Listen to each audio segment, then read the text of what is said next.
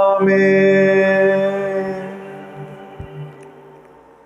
자, 우리 새벽에 하나님 주신 말씀은 요한복음 18장 12절부터 27절까지입니다. 요한복음 18장 12절부터 27절까지. 자, 어제 말씀에 쭉 이어지는 거죠. 어제 예수님은 가룟 유다가 로마 군대와 성전 경비대 데리고 와서 예수님을 붙잡죠. 예수님이 누구한테 끌려가냐면 대제사장 안나스한테 이제 끌려가셔서 신문 받으시는 겁니다. 우리 18장 12절 13절 같이 읽겠습니다. 시작. 이에 군대와 천부장과 유대인의 아랫사람들이 예수를 잡아 결박하여 먼저 안나스에게로 끌고 가니 안나스는 그 해의 대제사장인 가야바의 장인이라. 아멘. 이 안나스가요, 그 해의 대제사장 가야바의 장인이다. 그러니까 실제로 대제사장은 안나스가 아니라 가야바예요. 근데 이 안나스도 이 대제사장 가야바의 장인인데 이 안나스도 대제사장이었어요. AD 6년부터 15년까지. 근데 해임당했어요. 로마에 의해서 뭐 안 보였나 해임당하고, 그래서 안나스의 사위 또 그 안나스의 5 아들들이 돌아가면서 대제사장을 합니다. 그러다 보니까 유대 사람들한테는 실질적으로 대제사장은 안나스예요. 뭐 그 집안의 어른이 일단 안나스니까. 그래서 예수님을 붙잡았는데 누구한테 끌고 갔냐면 현직 대제사장 가야바가 아니라 실질적인 실세인 안나스한테로 먼저 끌고 가는 겁니다. 그리고 나중에 이제 안나스한테 신문을 받고 나중에 2차로 본격적으로 이제 가야바 진짜 대제사장한테 가서 이제 거기서 사례들인 공예가 모여서 이제 재판을 받는 거예요. 그게 이제 24절에 나옵니다. 24절 시작. 안나스가 예수를 결박한 그대로 대제사장 가야바에게 보내니라. 이렇게 내용입니다. 자, 예수님이 이 안나스한테 끌려가서 신문을 당하시는데 이 도망쳤던 11명의 제자들 중에 2명이 여기까지 쫓아오는 거예요. 자, 15절 16절이요. 15, 16절 시작. 시몬 베드로와 또 다른 제자 한 사람이 예수를 따르니 이 제자는 대제사장과 아는 사람이라. 예수와 함께 대제사장의 집들에 들어가고 베드로는 문 밖에 서 있는지라. 대제사장을 아는 그 다른 제자가 나와서 문 지키는 여자에게 말하여 베드로를 데리고 들어오니. 아멘. 자, 2 제자가 누구예요? 베드로와 또 다른 제자 한 사람이죠. 이 누구냐면 안 봐도 알아요. 이 요한복음을 쓴 사도 요한입니다. 이 요한이요, 요한복음을 쓸 때 나야 라고 드러내질 않아요. 그냥 또 다른 제자 아니면 사랑받는 제자 이런 식으로 돌려 쓰지 겸손한 사람이에요. 자기야 내가 있었어 이렇게 얘기하지 않습니다. 그래서 하지만 요한이가 어떻게 하냐면 이 베드로와 또 다른 제자로 늘 베드로와 세트로 다니는 게 요한이에요. 나중에 예수께서 부활하신 후에 마리아가 얘기하죠. 제자들한테 가서 예수님 부활하셨어요 라고 얘기하니까 2명의 제자가 가장 먼저 뛰어갑니다. 무덤으로. 그때도 베드로와 그 다른 제자가 나와서 여기도 역시나 자기예요. 요한이에요. 근데 뭐라고 말하자면 요한이 대제사장과 아는 사이였기 때문에 들어갈 수 있다고 얘기하는 거예요. 그 집에. 여러분 요한은 갈릴리의 어부였죠.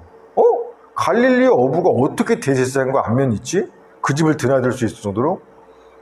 2 가지 가능성이 있습니다. 첫째는 뭐냐면 요한은 갈릴리 어부이긴 해요. 그런데 베드로처럼 조그만 내 배 하나 갖고 이렇게 자기 밥 벌어먹고 사는 그런 어부가 아니라 좀 이렇게 선주? 여러 배를 거느린? 왜냐면 이 요한의 아버지가 세베대인데 세베대가 여러 명의 사람을 하인으로 둘 만한 사람이니까 상당히 갈릴리에서 부자예요. 유력한 부자입니다. 그런 어부인 거고요. 또 여러분 그 요한의 엄마가 살로메인데 예수님의 엄마 마리아와 자매간이에요. 그러다 보니까 예수님한테 이모가 요한의 엄마예요. 그래서 살로메가 와서 우리 아들 2 사람 이렇게 좌편 우편에 세워서 이렇게 부탁도 하는 거예요. 자기 조카니까. 그래서 요한과 예수님은요 사촌지간입니다. 자, 그런데 이 예수님의 엄마 마리아와 친척이 누구냐면 아시다시피 세례 요한의 엄마인 엘리사벳과 둘이 친척지간이에요.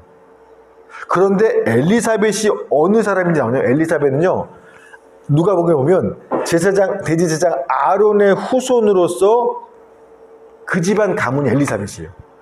즉 엘리사벳은요 제사장 가문 출신입니다. 그러면 제사장 가문 엘리사벳의 친척인 마리아예요. 그럼 마리아도 아마 제사장 가문 그 집 출신이었겠다라고 알 수 있는 거예요. 그러니까 예수님의 아빠 요셉은 유다 가문 출신이지만 아마 엄마 마리아는 이 아론의 옷은 제사장 가문 출신이었겠다라고 추측할 수 있는 겁니다. 따라서 갈릴리에 사는 돈 있고 유력한 제사장 가문 출신이 세베대의 집안과 예루살렘에 있는 대제사장 집안은 서로 알고 있는 게 맞을 겁니다. 서로 친분이 있을 겁니다. 그래서 세베대의 아들이었던 요한도 사도 요한도 대제사장과 아는 사이라서 그 집 문을 지키는 사람들이 요한이 들어가니까 오셨어요 하고 그냥 들어가는 겁니다. 이렇게 되는 상황이에요. 자, 그래서 요한은 그냥 들어갔는데 이제 베드로도 데리고 들어가야 되잖아요. 그래서 문 지키는 안네스 집에 문을 지키는 여종한테 내가 아는 사람이야 이렇게 얘기했죠. 내가 아는 분이니까 같이 들어오라고 해. 이렇게 해서 아마 같이 집에 들어가는 겁니다.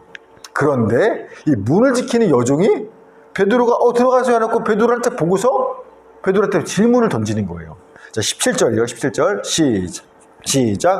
문 지키는 여종이 베드로에게 말하되 너도 이 사람의 제자 중 하나가 아니냐 하니 그가 말하되 나는 아니라 하고. 자, 예수님을 베드로가 처음 부인하는 거죠. 여러분, 근데 이게 우리말 번역으로는 참 뉘앙스가 안 나와요. 우리말 번역은 뭐라면 너도 이 사람 중에 하나가 아니냐 요렇게 베드로한테 물어보는 것처럼 들려요. 근데 원문대로 번역하면 이런 겁니다. 여종이 질문한 거예요. 당신은 이 사람의 제자들 중에 하나는 아니죠? 그렇죠? 라고 물어보는 거예요. 이게 직역하는 겁니다. 어떤 질문이냐면 상대방이 아니야 라는 걸 그러니까 부정 대답을 전제로 한 질문이에요. 우리 표현으로 하면 설마 당신 이 사람 제자들 중에 한 사람은 아닌 거죠? 그렇죠? 이렇게 질문한 거예요. 그러니까 뉘앙스도 다르죠. 그러니까 베드로가 확신하고서 너 이 사람 제자 중에 하나지? 라고 질문한 게 아니라 너 설마 예수의 제자들 중에 한 사람은 아닌 거죠? 부정이에요? 그렇죠? 라고 다시 물어보는 거예요. 이게 왜냐면 상식적으로 보세요. 지금 예수님이 핵심 범죄자가 되어서 지금 붙잡혀온 상황인데 예수님의 일당이 여기까지 따라 들어온다는 얘기는요. 호랑이 굴에 제 발로 들어오는 거잖아요. 자살행위잖아요. 더해서 도망쳤는데 예수님이 도망치게 해주셔서. 그러니까 상식적으로 예수의 제자가 지금 여기 제 발로 들어올 일은 없는 거예요.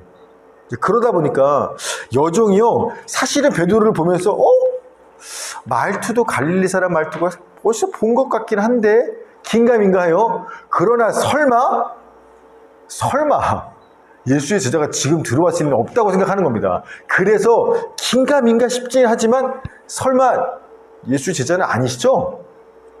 이렇게 물어보는 거예요. 이해되시죠? 지금 요한은 그렇게 이야기하는 겁니다. 자, 그러자 베드로가 뜨끔하죠. 그래서 아니야. 당연히 아니죠. 나는 아니야. 라고 요렇게 하면서 안나스 집에 들어온 겁니다. 자, 이렇게 베드로가 들어오고 있는데 이 안나스 제사장 집 안에서는 이제 예수님에 대한 신문이 벌어지고 있는 거예요. 그런데 신문 중에 심지어 예수님을 때리기까지 하는 게 일어나는 겁니다. 우리 18절부터 23절까지 한번 읽어봅시다. 19절부터 23절 시작. 대제사장이 예수에게 그의 제자들과 그의 교훈에 대하여 물으니 예수께서 대답하시되 내가 드러내놓고 세상에 말하였노라. 모든 유대인들이 모이는 회당과 성전에서 항상 가르쳤고 은밀하게는 아무것도 말하지 아니하였거늘 어찌하여 내게 묻느냐. 내가 무슨 말을 하였는지 들은 자들에게 물어보라. 그들이 내가 하던 말을 아느니라. 이 말씀을 하심에 곁에 섰던 아랫사람 하나가 손으로 예수를 쳐 이르되 네가 대제사장에게 이같이 대답하느냐 하니 예수께서 대답하시되 내가 말을 잘못하였으면 그 잘못한 것을 증언하라. 바른 말을 하였으면 내가 어찌하여 나를 치느냐 하시더라. 아멘. 자, 예수님의 신문 내용은 주제는 두 가지입니다. 첫째, 우리 19절 그의 제자들과 그의 교훈에 대하여 물으니 두 가지 물어봐요. 너 혼자 아닌데 네 제자들 누구야 도대체? 불어. 두 번째, 뭐라고 선동한 거야? 이 두 가지 내용을 질문 거예요. 그런데요, 예수님의 대답이 뭐에 대해 대답해요? 자기 제자들에 대한 대답은 하지 않아요. 내가 뭘 가르쳤는지에 대한 교훈에 대해서만 대답하세요. 여러분, 예수님의 마음 아시겠죠? 방금 전에 잡혀오실 때도요, 무리들한테 뭐라 그래요? 내가 너네가 찾는 예수는 나니까 나만 잡아가고 이 사람들, 즉 당신의 제자들은 갈 길 가도록 손대지 마 라고 말씀하셨죠. 그래서 무리들이 감히 손대지 못하도록 뒤로 물러서 엎드러지게 위험 있게 말씀하셨잖아요. 그 똑같은 연장선에 있는 겁니다. 자기 제자들에 대해서는요, 누구도 해를 가하지 못하게 지키시고 싶으신 거예요. 여러분, 지금 예수님이 어떤 상황에 있어요? 불의하고 불법적인 재판을 받는 상황이 있고요. 사형 언도 받을 거예요. 나 지금 좀 있으면 무기징역도 아니라 사형 받을 상황이에요. 내가 심지어 요한복음에는 나오지 않지만 이 당시 상황이 어떤지 다른 복음서에 나와요. 사람들이요, 수많은 사람들이 모여 있는데 그 자리에 예수한테 침 뱉고 싸대기 뺨 때리고 희롱하는 장면이에요. 마가복음 14장 65절. 어떤 사람은 그에게 침을 뱉으며 그의 얼굴을 가리고 주먹으로 치며 이르되 선지자 노릇을 하고 하라 하고 하인들을 손바닥으로 치더라. 억울한 재판을 받으면서 사형 언도를 받으면서 사람들은 침 뱉고 욕하고 눈 가려놓고 때리면서 너 선지자라며 누가 때렸게? 이 일을 당하고 있는 상황인 겁니다. 이제 지금 밤새인데 이제 새벽 되고 아침이 되면 곧 십자가에 나 죽을 거라는 걸 다 아세요. 그게 무서워서 어제도 밤새도록 겟세마나에서 하나님 이 잔을 내게서 옮겨주셔서 기도하셨던 분이 예수님이신 겁니다. 그러니까 지금 그게 예수님이 당한 상황이에요. 몸도 마음도 지칠 만큼 지치고 괴로운 밑바닥 끝에 있는 게 지금 예수님이 처한 상황입니다. 우리말로 하면 당시 코가 석자인 상황이에요. 자, 그런데 지금 예수님의 마음과 관심은 어디에 있어요? 나 죽게 된 내가 아니라 내 제자들이에요. 나 잡겠다고 수백 명이 몰려온 그 상황에서도요, 당신 마음은 나는 잡아가도 돼. 그러나 내 자식들은 건들지 마. 지금 사형 언도 받고 그 지역적인 모욕과 조롱을 받는 그 상황에서도요, 오로지 예수님의 마음은요, 내 제자들한테 있어요. 내 제자들 걱정하고 있어요. 그래서 거기에 대해서 이런 아무리 제사장이 신문해도요, 말하지 않는 거예요. 그런데 이런 예수님 옆에 지금 누가 있어요? 베드로가 와 있어요. 근데 뭐 하고 있냐면 날이 추우니까 옆에서 불 쬐고 있는 거예요. 추우니까. 참 어이없죠. 그런데 불 쬐고 있는데 누군가가 베드로한테 묻는 겁니다. 자, 8장 25절이요. 시작. 시몬 베드로가 서서 불을 쬐더니 사람들이 묻되 너도 그 제자 중 하나가 아니냐? 베드로가 부인하여 이르되 나는 아니라 하니. 이 질문도 아까와 똑같아요. 아니냐? 그러니까 원문은 번역하긴 했는데 좀 부족해요. 설마 당신도 이 사람의 제자들 중에 하나는 아니죠? 그렇죠? 라고 번역한 거예요. 이게 맞는 거예요. 역시나 이 사람도 베드로 이 사람 본 것 같은데 긴가민가 싶은 거예요. 근데 설마 그 제자 베드로라면 여기 왔을 일은 없겠지 라고 생각하고 설마 아니죠? 라고 묻는 겁니다. 역시나 베드로는 아니다. 두 번째 부인합니다. 그러자 그 자리에 누구도 같이 있었냐면 아까 베드로가 예수님 지키겠다고 대제사장 귀를 잘랐죠. 종의 귀를 말고 귀를 잘랐는데 그 귀가 잘린 그 종의 친척도 그 자리에 있어요. 근데 이 친척도 대제사장의 종인지라 예수 잡으러 같이 갔었거든요. 거기서 한밤중이긴 하지만 횃불 밑에서 내 친척 귀 잘린 그놈 확실하게 봤던 겁니다. 그가 베드로를 확실하게 알아보는 거예요. 26절입니다. 대제사장의 종 하나는 베드로에게 귀를 잘린 사람의 친척이라 이르되 네가 그 사람과 함께 동산에 있는 것을 내가 보지 아니하였느냐? 나 봤어. 딴 사람도 내 친척 귀를 잘랐는데 내가 너 못 봤을 리 있겠어? 나도 있었는데 너 확실해? 그래서 베드로가 난 아니야 라고 부인하고 그때 예수님의 예언대로 닭이 울죠. 27절입니다. 시작. 이에 베드로가 또 부인하니 곧 닭이 울더라. 요한복음에는 없지만 예수님을 베드로가 이렇게 세 번째 부인할 그때 베드로는 그냥 나 아니야, 나 몰라라고 한 게 아니라 예수님을 저주하고 맹세. 여러분, 맹세했다라는 건요, 유대인들은 하나님의 이름을 걸고 맹세하죠. 예수님을 저주하고 뭐 하나님을 걸었던 자기 부모님을 걸었던 하여튼 걸고 맹세하면서까지 나 절대 몰라 라고 부인한 겁니다. 마태복음 20장 74절 그가 저주하며 맹세하여 이르되 나는 그 사람을 알지 못하노라 하니 곧 닭이 울더라. 이 베드로를 직접 본 사람이 너 맞아 제자야. 그러니 여기서 나 아니야 라고 이렇게 소극적으로 부인했다가는요 거짓말이 들통나요. 그러니까 적극적으로 나 절대 아니야. 나 예수 저주해 나도 몰라. 적극적으로 저주하고 맹세하며 부인한 겁니다. 그래야 내가 사니까요. 이 요한복음에 오늘 요한복음에는요 베드로가 세 번째 예수님을 부인할 때 닭이 울더라. 이게 그냥 짧게 나와요. 그런데 이 세 번째 부인할 때 정확하게 어떤 상황이었는지 누가복음을 보면 좀 더 자세히 기록되어 있습니다. 들어보세요. 누가복음 22장 61, 62절 주님께서 세 번째 부인하는 그때 주께서 돌이켜 베드로를 보시니 베드로가 주의 말씀 곧 오늘 닭 울기 전에 네가 세 번 나를 부인하리라 하심이 생각나서 밖에 나가서 심히 통곡하니라. 그러니까 베드로가 예수를 저주하고 맹세하면 몰라 세 번째 부인할 그때 예수님이요 그 수많은 사람들한테 둘러싸여서 온갖 욕을 먹고 신문당하고 그 상황에 갑자기 고개를 돌려서 베드로를 바라보시는 거예요. 마치 영화 속 장면 같죠. 주변에는요 날 죽이겠다고 난리법석이에요. 날 둘러싸고 우리 영화에서 봤던 것처럼.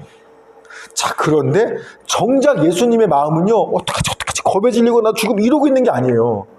너네는 날 죽여라. 떠들어. 근데 예수님 마음은요 관심은 딴 데 있어요. 제자예요. 내 제자. 그래서 막 가만히 눈 감고 신문 받으시다가 딱 베드로가 세 번째 부인하는 그 상황인 거 아시기 때문에 그제서야 가만히 고개를 돌리고 사랑하는 제자를 바라보기 시작한 겁니다. 여러분 예수님이 어떤 눈빛으로 베드로를 바라봤을까요? 감히 네가 나한테 이럴 수 있어? 심지어 날 모른다고 세 번이나 저주하고 맹세하며 부인해? 막 분노에 찬 눈빛. 아니면 지금은 내가 가만히 있지만 나 부활하고 살아나면 넌 죽었어. 복수에 찬 눈빛. 그런 눈빛으로 바라봤을까요? 당연히 아니죠. 만약에 예수님하고 베드로가 지금 눈이 마주쳤는데 주님이 날 그런 눈빛으로 쳐다봤다면 베드로는요 밖에 나가 심히 통곡하지 않았을 거예요. 가룟유다처럼 밖에 나가 어떻게 해요? 몸에 죽었을 거예요. 어차피 나 죽은 목숨이니까. 예수님이 저렇게 날 분노 차서 바라보시면 당연히 예수님은요 사랑하는 제자를 향한 애틋한 마음을 가득 담아서 베드로를 바라보셨을 겁니다. 여기서 예수님이 고개를 돌려 베드로를 보시고라고 말할 때 이 보시고라는 단어가요 사실은 특별한 단어예요. 우리말로는요 전부 다 보다 다 보다라 번역되어 있는데 원문으로 보면요 상황에 따라 단어가 좀 틀려요. 뉘앙스가 틀리기 때문에 그래요. 보통 보다라를 말할 때는 호라오라는 단어를 씁니다. 근데 여기서는요 잘 흔히 안 쓰는 단어였어요. 예수께서 고개를 돌리고 베드로를 보시고, 이 보시고는 엠블레포라는 단어예요. N이라는 말과 블레포라는 말이 합쳐진 합성어인데 N은 어디 안에 인이를 얘기하고요. 블레포는 보다라는 뜻이에요. 그냥.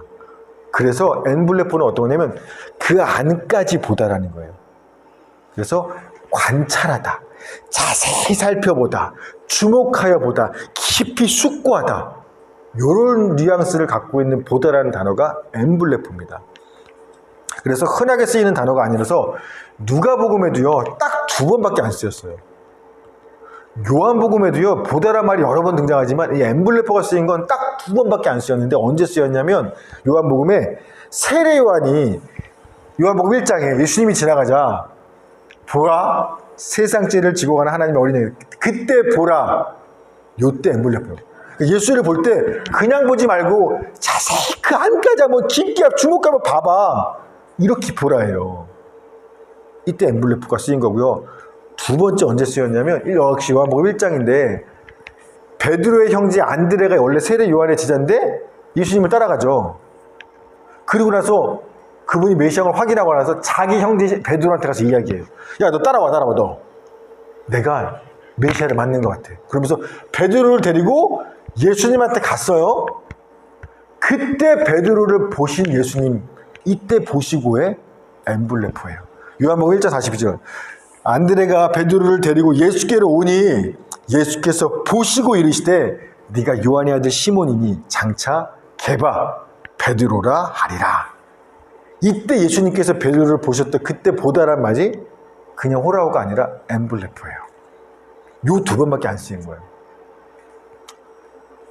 즉 베드로는요, 3년 전에 내가 예수를 처음 만났을 그때 내가 주님한테 가고 있는데 예수님 중에 계시는 그분이 나를 그냥 왔어 이렇게 보시는 게 아니라 나를 가만히 마치 내 마음을 꿰뚫어 보는 것처럼 나에게서 눈을 떼지 않으시고 나를 관찰하는 것처럼 나를 가만히 주목하여 바라보는 그 눈빛을 기억하고 있어요, 베드로가요. 그래서 지금 3년이 지난 후에 내가 그 예수를 몰라! 라고 부인하는 그 자신을 그 3년 전 그 처음 날 보셨던 그 눈빛과 똑같은 눈빛으로 나를 그렇게 자세히 관찰하듯이 주목하여 바라보시는 거예요. 곁눈질로 매맞으시다가 이렇게 흘려보는 게 아니라 마치 내 마음을 꿰뚫어 보는 것처럼 내게서 눈을 떼지 않으시고 당신은 그렇게 매맞아 죽어가시면서 나한테 눈을 떼지 않고 나를 관찰하고 내 마음을 깊이 바라보듯이 그렇게 엠블레포 나를 바라보는 그 주님의 눈빛을 베드로가 본 겁니다. 그러니 어떻게 해요? 밖에 나가 심히 통곡하는 거예요. 그러니까 사랑하는 여러분, 혹시 그 말씀 아세요? 찬양도 있는데 나보다 나를 더 잘 아시는 분, 이런 찬양 있죠. 주님을 설명할 때 나보다 나를 더 아시는 분이세요 라고 표현하죠. 이게요 시편 139편에서 나온 말이에요. 자, 한번 들어보세요. 여호와여, 주께서 나를 살펴보셨으므로 나를 아시나이다. 주께서 내가 앉고 일어섬을 아시고 멀리서도 나의 생각을 밝히 아시오며 나의 모든 길과 내가 눕는 것을 살펴보셨으므로 나의 모든 행위를 익히 아시오니 여호와여, 내 혀의 말을 알지 못하시는 것이 하나도 없으시니이다. 주께서 내 내장을 지으시며 나의 모태에서 나를 만드셨나이다. 내 형질이 이루어지기 전에 주의 눈이 보셨으며 나를 위하여 정한 날이 하루도 되기 전에 주의 책에 다 기록이 되었나이다. 주님이 나를 아신다라는 거예요. 내가 만들어지기도 전에 나를 보셨고 내가 세상에 살지도 않았는데 내 인생 모두가 주님의 책에 다 기록되어 있을 만큼 나를 다 아신다라는 거예요. 베드로가요, 예수님을 나 죽어도 부인하지 않을 거예요 라고 이야기했을 때 진심이에요. 그러나 예수님은요, 베드로를 자기보다 더 잘 아세요. 베드로, 네가 나 진심인 거 알아? 그런데 너가 연약해서 너 나를 3번 부인할 거야. 뿐만 아니라 이거 아셨다라는 거예요. 너는 자신하지만 네가 얼마나 연약한지 난 너보다 더 잘 알아. 주님, 그러니까 베드로가 예수를 부인할 거, 자, 요것만 아셨을 뿐만 아니라 뭐 또 아신 줄 압니까? 네가 비록 지금은 날 부인했지만 앞으로는 나 부인하지 않을 거야. 앞으로는 나 때문에 네가 어떤 고난을 받고 죽을지도 주님 그것도 주님 책에 다 기록됐기 때문에 다 아셨다라는 거예요. 요한복음 13장 36절 베드로가 이르되 주여 어디로 가시나이까? 예수께서 대답하여 이르시되 내가 가는 곳에 네가 지금은 따라올 수 없으나 후에는 따라오리라. 아셨어요? 요한복음 21장 18, 19절 내가 진실로 진실로 베드로 너에게 이르노니 네가 젊어서는 스스로 띠뛰고 원하는 곳으로 다녔거니와 늙어서는 네 팔을 벌리리니 남이 내게 띠뛰고 원하지 아니하는 곳으로 데려가리라. 이 말씀을 하심은 베드로가 어떠한 죽음으로 하나님께 영광을 돌릴 것을 가리키심이로라. 이 말씀을 하시고 베드로에게 이르시되 나를 따라오라. 그러니까 주님은요 아셔요. 부인할 것만 아시는 게 아니라 앞으로 네가 나를 위해 어떻게 죽을 건지까지 다 하시는 거예요. 여러분 마찬가지예요. 예수님은요 우리가 주님을 사랑하는 거 알아요. 우리 마음이 진심인 거 아세요? 그러나 동시에 우리가 얼마나 믿음이 연약하고 늘 실족하고 넘어질 수밖에 없는 존재인지 나보다 나를 더 잘 아세요. 그래서요 주님은 우리의 생각과 행위와 모든 것 다 아세요. 우리가 세상에 태어나기도 전에 주의 눈이 나를 보셨고요. 내가 세상에 하루도 안 살았는데 내가 평생을 어떻게 살지 그 주님의 책에 다 기록되어 있어요. 그래서 우리가 비록 주님을 사랑하지만 늘 실족하고 넘어지고 설사 베드로처럼 나 예수 안 믿어 몰라 부인한다 할지라도요, 나보다 나를 더 잘하시는 주님은요 우리에게 실망하지 않으세요. 아니까. 실망해요. 분노해서 너 어떻게 그럴 수 있어. 절대 우리 내버리지 않으세요. 우리가 처음에 예수 믿을 때 여러분 막 눈물로 회개하며 주님 믿었잖아요. 주님이 나를 처음 보셨을 때가 그랬잖아요.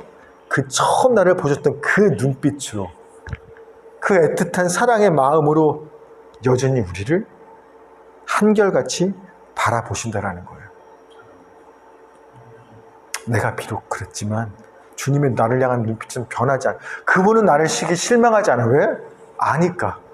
나를 나보다 더 잘 아니까. 예수님께서는 오늘 말씀에서 보지만 진짜 견딜 수 없는 죄악의 무게를 짊어지신 상태 속에서도요 자기 걱정 안 하세요. 그 중에서도요 오직 자기 백성들, 내 제자들을 걱정하고 지키시고, 나 이렇게 죽어가면서도 고개는요 늘 내 제자들 향해 돌려서 그들을 바라보고 계시는 게 예수님이세요. 사랑하는 여러분, 오늘 그 예수님의 모습과 마음을 우리가 알았으니까 여러분 오늘 하루도 또 이번엔 또 사실 텐데 우리도 고개를 주님을 향해 돌리셔야 되는 거예요. 여러분, 예수님만 나를 바라보시는 게 아니라 나도 주님을 향해서 고개를 돌리시고요, 주님만 나를 엠블레포 바라보시는 게 아니라 우리도 주님을 엠블레포, 그냥 주님 계시네 이거 말고 진짜 그 주님의 마음을 꿰뚫어보고 주님의 생각과 마음이 어디 있는지 헤아리고 그 주님께 주목하면서 그 주님을 그렇게 바라봐야 하는 겁니다. 바라기는 주님이 우리를 향해 고개를 돌리고 엠블레포 바라보듯이 오늘 하루도, 이번 고난주간 한 주간도 여러분 고개를 주님을 향하여 돌리시고 엠블레포 주님을 깊이 바라보시는 그런 한 주를 보낼 수 있게 되기를 주의 이름으로 축원합니다. 아멘. 하나님 감사합니다. 다행입니다. 만약에 주님이 우리를 잘 모르시는 분이었다면 아마 내가 주를 모른다고 부인할 때, 내가 주님이 싫어하는 죄를 짓고 실족할 때마다 나에게 실망하면서 화를 내시며 떠났었을 겁니다. 그런데 주님은 나보다 나를 더 잘 아시기 때문에 내가 늘 실수하고 넘어지고 죄짓고 쓰러질 때마다 멸시하고 내모치시는 게 아니라, 내치시는 것이 아니라 나를 긍휼한 눈빛으로 바라보시며, 처음 내가 예수를 믿고 회개하며 돌아왔을 때 그때 나를 바라보셨던 그 애틋한 눈빛으로 한결같이 우리를 바라보신다라는 사실이 얼마나 다행인지 모르겠습니다. 주님이 늘 우리를 바라보시고 고개를 돌리시는 것처럼 저희들도 오늘 하루도 이번 한 주간도 주님께 고개를 돌리고 주님을 그렇게 그윽하고 애틋하게 바라보는 눈빛을 가지고 늘 주님께 집중할 수 있는 저희 모두가 되게 하여 주시옵소서. 감사드리며 예수님의 이름으로 기도했습니다. 아멘. 자, 우리 주기도문함으로 우리 예배를 마치고 우리 엠블레포 주님을 그렇게 바라보는